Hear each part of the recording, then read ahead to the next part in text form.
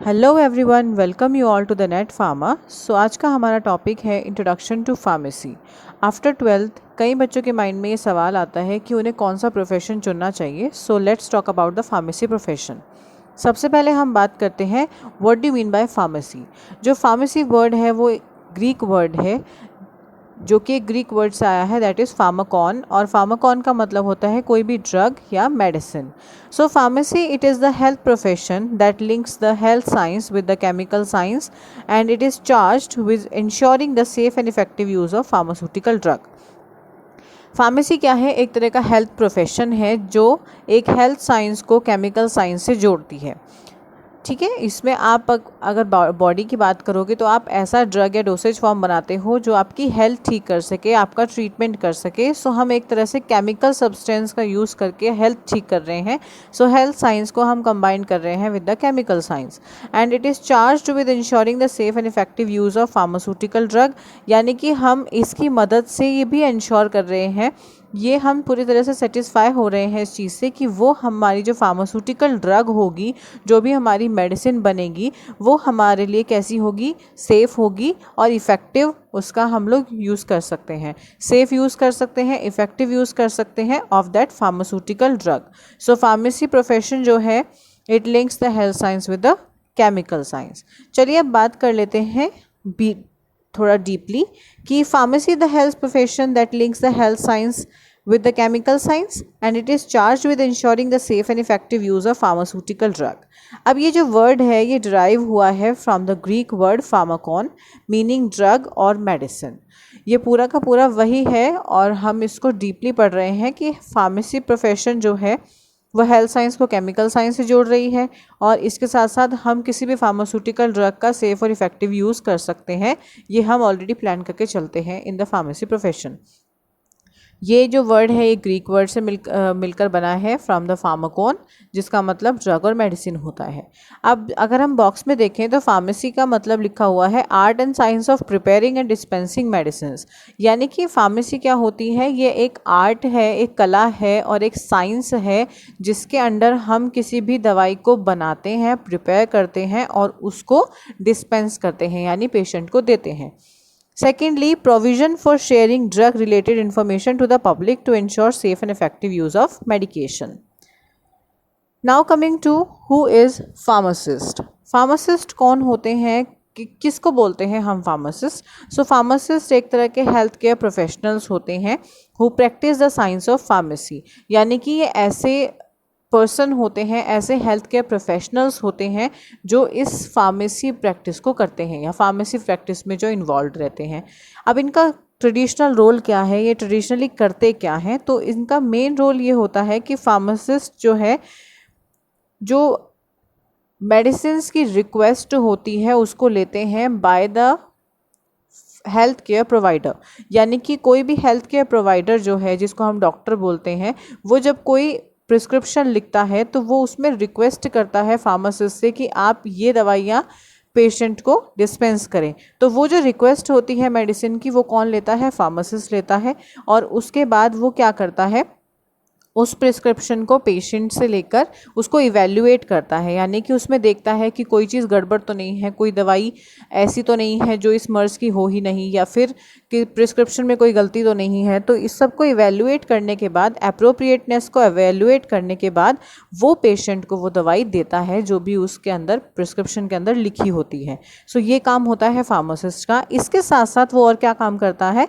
And council them on the proper use and adverse effect of that medication. सिर्फ यहीं तक उसका काम नहीं होता, उसके बाद वो पेशेंट को काउंसिल करता है कि किस टाइम पे उसको दवाई लेनी चाहिए और किस टाइम पे दवाई ना लेने से उसको एडवर्स इफेक्ट होगा।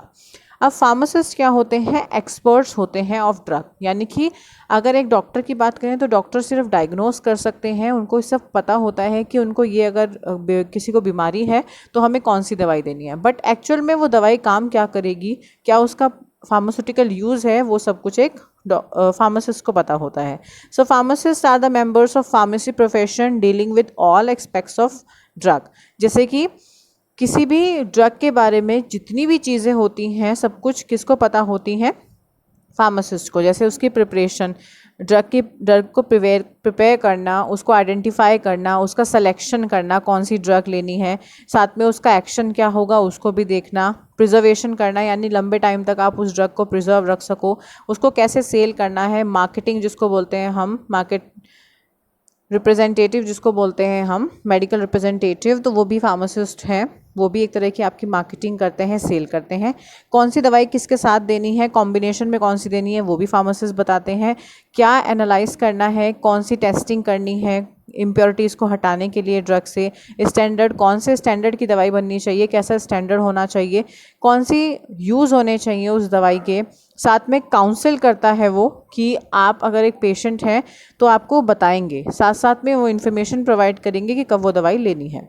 मेन यहाँ पर अब टॉपिक आता है what are the roles of pharmacist. So first point से शुरू करते हैं। Pharmacist play an important role in helping people to get the best results from their medication, यानी कि फार्मासिस्ट अपना एक इम्पॉर्टेंट रोल अदा करते हैं। किस तरह से वो लोगों को हेल्प करते हैं ये बताने में कि आपको कौन सी दवाई लेनी चाहिए और किस दवाई से आपको अच्छे रिजल्ट्स मिलेंगे। साथ साथ pharmacist is an accessible listen whom patients can talk face to face without an appointment. आपने देखा होगा अगर आप डॉक्टर से बात करने के लिए जाते हो तो डॉक्टर ऐसे ही फ्री ऑफ कॉस्ट बात नहीं करते, वो एक अपॉइंटमेंट लेते हैं, आपको अपॉइंटमेंट लेनी होगी उनसे मिलने के लिए, तभी आप उनसे फेस टू फेस बात कर सकते हो। वेयरएज अगर हम फार्मासिस्ट की बात करें तो फार्मासिस्ट को कोई भी ऐसी अपॉइंटमेंट की ज़रूरत नहीं होती, आप 24/7 फार्मासिस्ट से बात कर सकते हो, फेस टू फेस बात कर सकते हो और अपनी प्रॉब्लम का सोल्यूशन ले सकते हो। ही और she is someone who can answer health related questions. ये जो फार्मासिस्ट होते हैं, चाहे वो ही हो या शी हो, यानी लड़की हो या लड़का हो, वो आपके हर क्वेश्चन का जवाब देते हैं, यानी आपके हेल्थ रिलेटेड क्वेश्चंस, जो भी आपके हेल्थ से रिलेटेड क्वेश्चंस होते हैं कि सपोज़ अगर मुझे मेडिकेशन किस टाइम खानी है, या मुझे कौन सा ऐसा खाना खाना है, कौन सी ड्रिंक पीनी है, या कौन सी एक्टिविटीज़ करनी है जिससे मेरी दवाई और अच्छी असरदार हो, और इन सब का कुछ ना कुछ रोल या इफ़ेक्ट ज़रूर होता है आपकी मेडिकेशन पे। साथ साथ में वो ये भी बताते हैं कि अगर आप सुबह की या शाम की दवाई लेना भूल गए हो, जिसको हम मिस्ड डोज बोलते हैं, मिस्ड डोज सेकंड ऑप्शन में लिखा हुआ है, सो उसका अगर कोई और ऑप्शन हो कि सपोज़ अगर मैंने सुबह की दवाई नहीं खाई है तो मैं क्या शाम को ले सकता हूँ।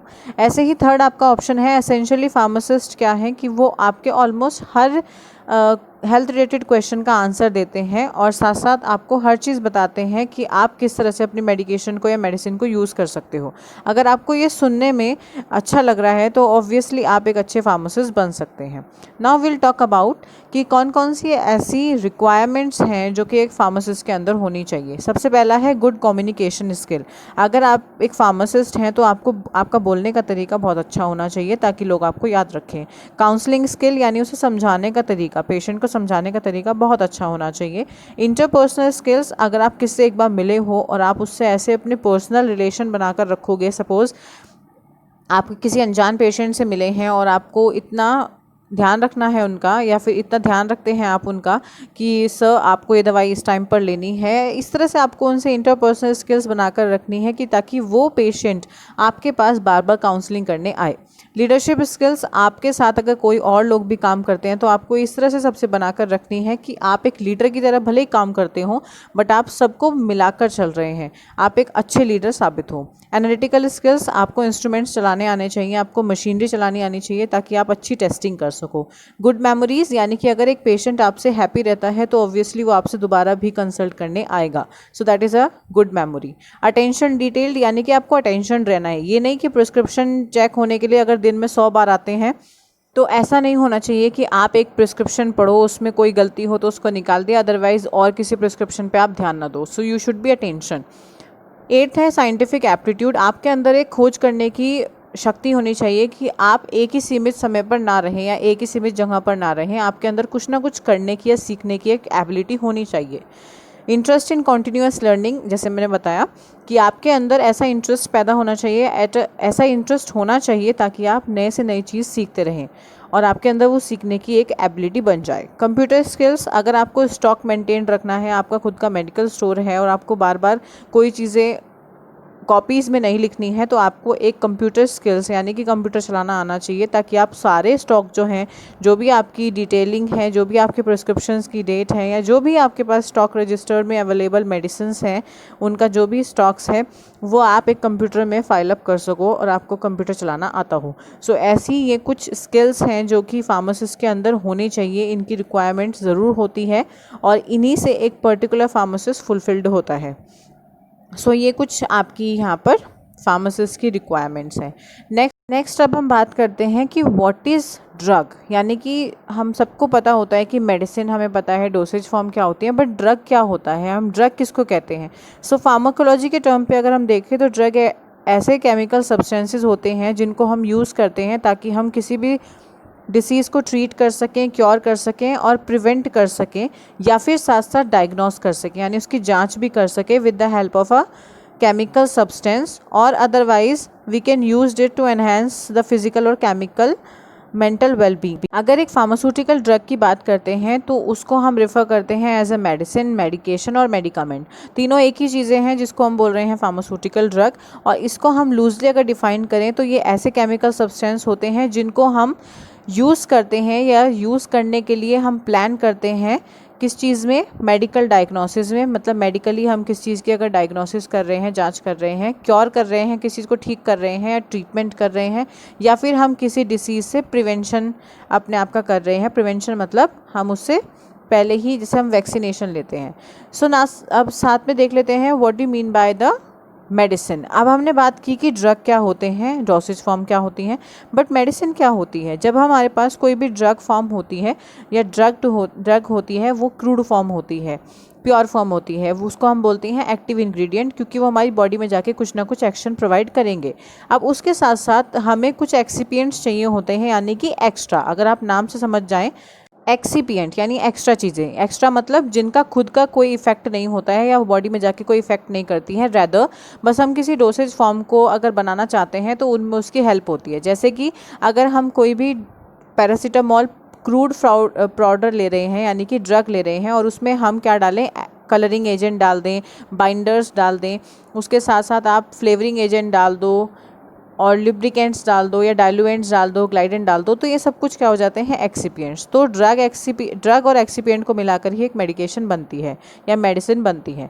नेक्स्ट अब बात कर लेते हैं कि सबसे पहली फार्मेसी जो प्रोफेशन था वो स्टार्ट हुआ था इन द 14th सेंचुरी, और उस टाइम पे कुछ इस तरह की फार्मेसी प्रैक्टिस होती थी या फार्मेसी की दुकानें हुआ करती थी। तो ये यहाँ पर ये शो किया हुआ है कि फार्मेसी प्रोफेशन कितना पुराना है।